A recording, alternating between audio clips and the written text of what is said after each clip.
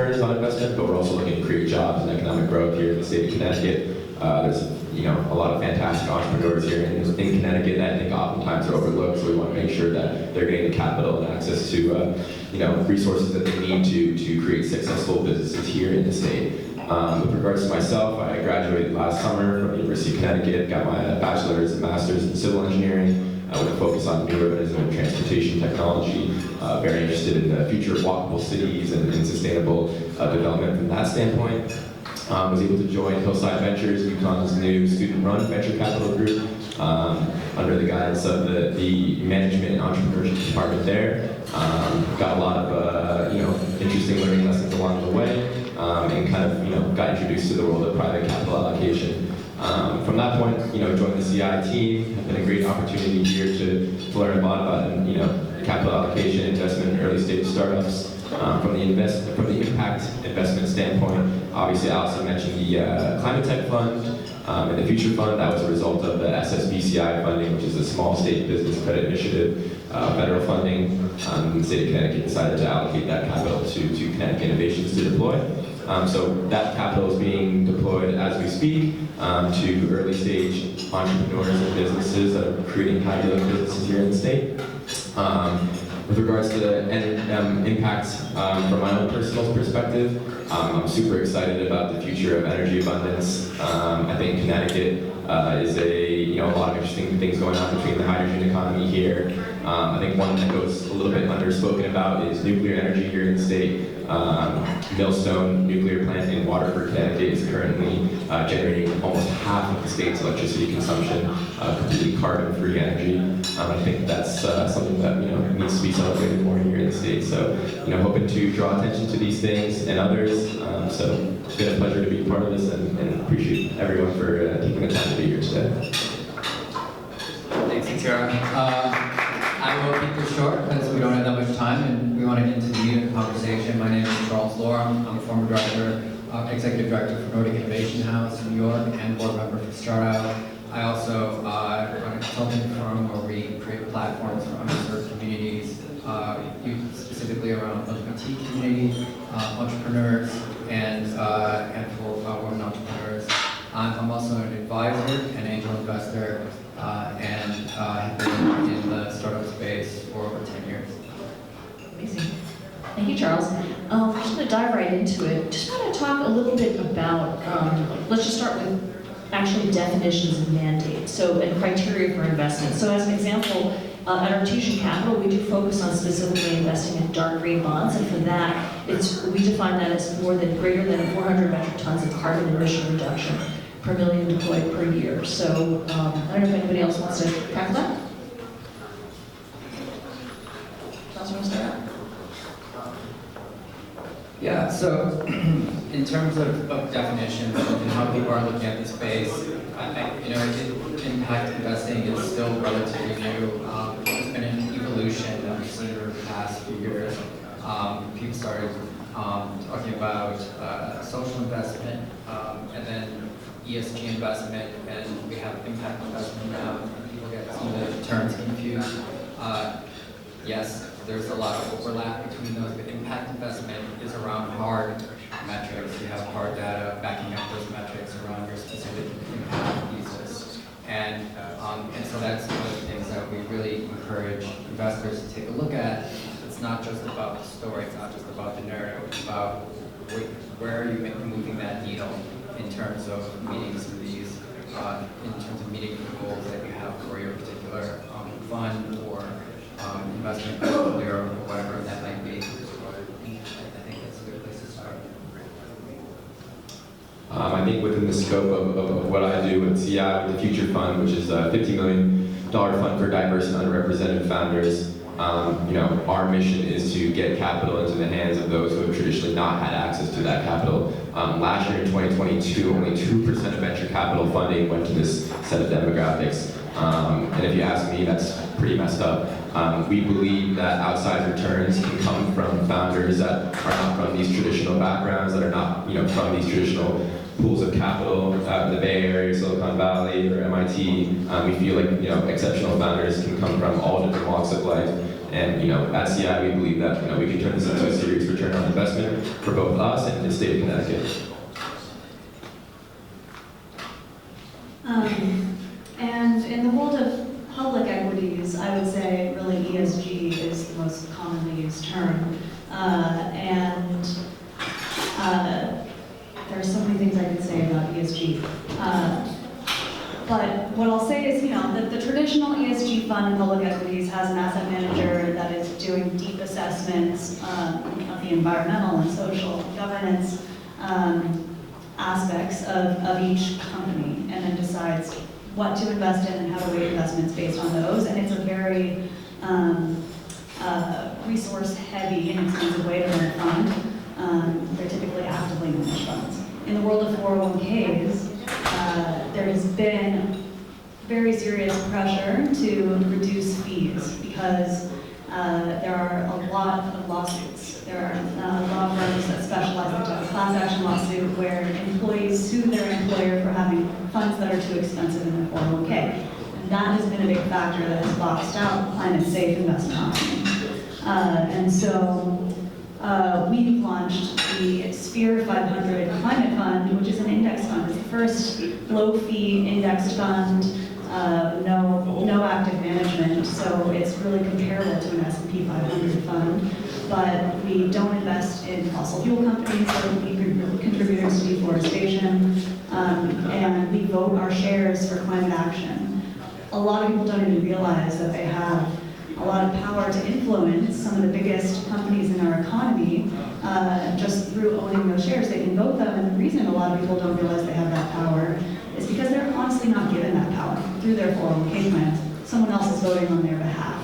And they're voting 98% of the time against climate proposals. And so we offer an ability for people to have a real impact by voting their shares for climate progress. And I'm very deliberate in saying climate and not ESG when talking about our product, because we did a survey of 401k investors across the country and asked, what does ESG mean? Multiple choice question. 70% of people got it wrong, and the most common answer was economic stock growth. So we talk climate, people know what that means, and they know what they're investing in. Yeah, just to add to that, in terms of, I think ESG, particularly in the last, I would say even 6 months or so, has become much more highly politicized. So, having friends over on the other side of some very large asset managers, they have literally been asked to rebrand their ESG to another name so that people sort of don't get upset or associate that with politics rather than what it actually should be. So. I would like to I want to sort of describe the impact sourcing in terms of the pipeline, the due diligence process, the investment process. So if you're a company that's trying to get investments or a fund, like what is your process? So as an example, it's very different from angel side versus the direct venture capital, private equity, and moving up to the manager selection fund of funds side. I can definitely talk about that, but. Maybe I'm just going to flip it back to you guys as far as, what, just describe how do you source and what's, how do you actually conduct your due diligence? So I've worked a lot with Nordic companies, and there's a very strong culture in Europe, but especially in the Nordic region around supporting climate-friendly technologies, and there's an incredible amount of public sector support. And until recently, I would say the past 3 or 4 years, the U.S. market has just not been receptive, and it's actually been the public sector that's been leading here in really encouraging that to grow. And so, for the past few years, it's been pretty easy to find the sourcing. But from an investor perspective, I would say make sure, because the area is so broad, climate is broad, climate tech is very broad, ESG is even broader. Make sure that you're very specific on where you're looking to make the impact. That's going to help you zero in. And even if it's geography specific or it's particular verticals, that's going to really show that you're making that change. And so the due diligence process on the financial side, the business fundamentals is going to be the same, but the differentiator with impact is going to be around how do you quantify that change and make that part of your due diligence, and not necessarily outsource that, but make sure that that's part of the conversation from the very beginning of either fund formation or approaching the investment. Make sure that the companies that you're investing in can explain that to you in a very transparent, easy to understand way, and that there's a way to measure that over time. I think in terms of diligence of impact-oriented businesses, I think I look at them very similarly in the same way I would as any other business, right? I think, businesses that can score well or strongly in metrics of impact can also score well and strongly in basic sound business fundamentals as well. So I don't think I try to look at either of them in a different light per se, but we want to be able to support and invest in high quality businesses that are also creating impact, so we kind of look at them in the same light in that sense. On the public equity side with our Sphere 500 product, we are able to offer it at really low fees similar to an S&P 500 fund because we leverage data that's already available from a nonprofit called As You Sow that already publishes data on what are the fossil fuel companies we should exclude, what are the deforestation companies. So rather than having to pay researchers to do all this research, we really just support the work of this nonprofit. They also do shareholder engagement and offer a proxy voting service. And so we go through them also for voting their shares for climate action. And then I could say from my experience of being on the receiving side of venture capital, both with Labs and with Sphere, I agree.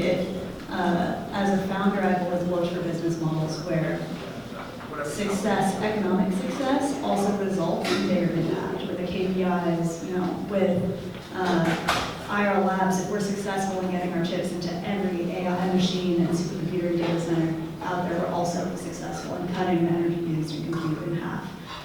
With Sphere, if we're successful in getting the Sphere 500 fund in every 401k plan, we're also successful in massively reducing the amount of money that's invested in the fossil fuel industry, taking away that social license, and in voting massive numbers of shares for climate progress.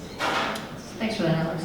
I would just add, just back to Akira's point about just looking at the fundamentals. I've spent a lot of time really building operational and regulatory infrastructure, so the operational due diligence aspect is just as important as the investment due diligence aspect. So investment due diligence, and thinking about alphas, how are you going to outperform, but then when you're doing ops due diligence, it's really basic questions like, did you pay your rent because your employee, or did you make payroll because your employees aren't coming back to you if you didn't do those sort of basic things. And it's definitely, I think ops due diligence is different in every stage. I think on the startup stage, it's all about the founder.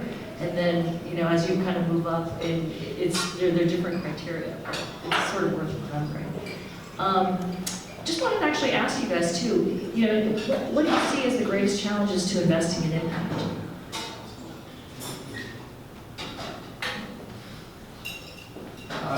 I think a lot of it is education for both investors and oftentimes for startups as well. There are a lot of investors out there. Some of them are new to impact investing. They may not know exactly what they should be focused on or what they're looking at.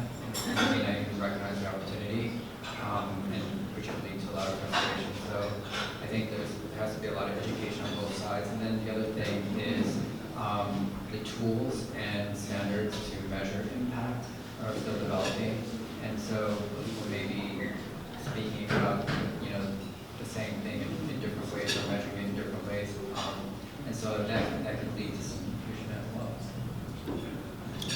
I think one of the biggest challenges that I personally resonate with is folks trying to use the ESG or impact investing as a facade. I think there are a lot of people that are in it for the right reasons, but there are just as many that are not, and are trying to take advantage of this influx of capital to, take advantage of it for the wrong reasons, frankly. So I think that creates issues in the sense that folks that are in it for intrinsically positive reasons, they really want to, shape the world for the better, will ultimately, be diluted out by folks that are trying to use this, guise essentially to raise capital. And, right, exactly. Exactly. There's a greenwashing aspect. We've actually, our teachers, we actually have our own carbon calculator, and we've caught a lot of corporates out. It's like, well, no, when we add up the numbers, this is what we get. So there's a lack of conformity in reporting and data. But also, I think just in labeling, is we have a female founders fund, and when we ask the just fundamental question, it's like, well, yes, you have representation, but what about ownership? Is it 2% or is it 98%? Because you're not really, just say female-led, if it's 2%. Very true. I would say the biggest barrier from my perspective is lack of access. Right now, impact investing is available to the wealthiest investors and institutions, but to the vast majority of regular people, if they're lucky enough to be able to invest at all, they don't have the option to invest in an impactful way via their 401k plans. But I also see it as an opportunity, not only just an opportunity to improve things, but if a lot of people, when they hear the word 401ks, they tune out, right? Like the vast majority of people are not excited about this topic. It is extremely boring. It's both slightly intimidating. Finance, if you're not a finance person, it's like, oh, I'm in over my head, I don't know what to think. And also just like frankly boring sounding. But more and more people have climate anxiety, they're really worried about climate, and when they realize that they can have a really positive impact on climate by paying attention to how they're investing, and actually the impact they can have through that investing on climate is actually much bigger than the impact they can have by recycling, buying an electric car, that gets them excited. And we're starting to see this positive correlation between climate-safe investment options and people starting to contribute to their 401ks for the first time. People increasing their contributions to their 401ks because they get excited about it. And so I'm really excited about the positive cycle here and positive feedback loop between the two. Alex, I just love that your company actually provides access, really democratizes investing and impact investing across the board, so congratulations. Okay, it's your last and final question. Final thoughts that you guys might have. It might be what you think is the most compelling innovation in impact investing right now, or what do you think is the most important thing to keep in mind as an impact investor? I think it's super obvious, but I'll say it anyway. I think AI and automation are going to really change how we fundamentally understand impact and what that means in actual real terms. The tools that we're going to develop to measure is going to really bring to light both opportunities and who's actually making an impact and making a difference around these issues. For me, the most compelling and interesting innovation within impact investing is clean energy. And when I speak clean energy, I want to point more so towards nuclear and geothermal, because in my opinion, those are the most energy dense, carbon-free sources of energy that are we currently have access to. And I think that they're right now seemingly the little brother compared to solar and wind. I think nuclear energy is very safe, scalable, and is very important to the future of our society as we continue to grow and consume more energy, not just here in the US, but in Africa and South America, in Europe and Asia, and across the globe. We need to make sure that we. I agree that AI is undeniably going to change the world, and it's amazing how quickly it's changing right now. So, besides just all the innovation that's happening in democratizing access to impact investing, with crowdfunding platforms specific for group investing, et cetera, as what we're doing in 401ks. In addition to that, AI really is going to change everything. And just for one example, in our effort to democratize access to climate investing, we're doing an AI-powered campaign next month that I invite all of you to participate in.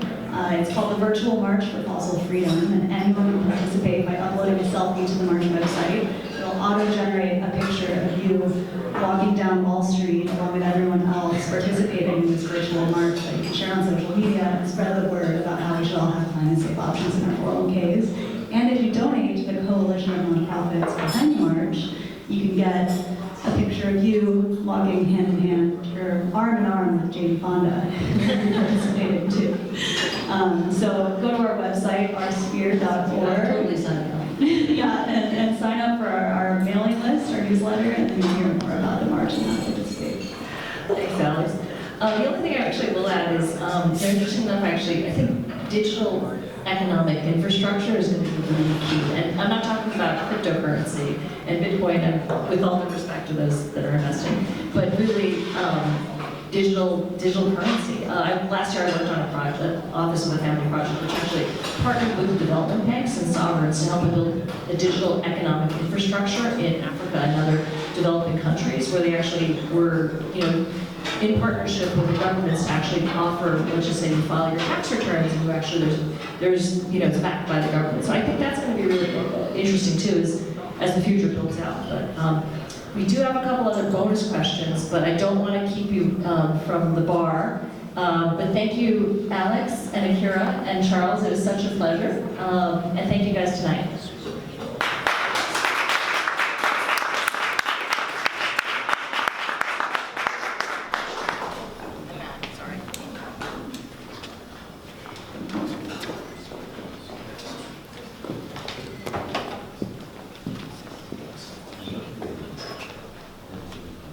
Charles, before you run away, we have to take a selfie. All right, so. Before you run away, we have to take a picture. So that concludes the programming for tonight's event. And I want to thank everybody for rolling with the, let's say we're adaptive, we're a flexible audience and participants here. Everybody, if you just give a round of applause one more time for everybody that participated and everybody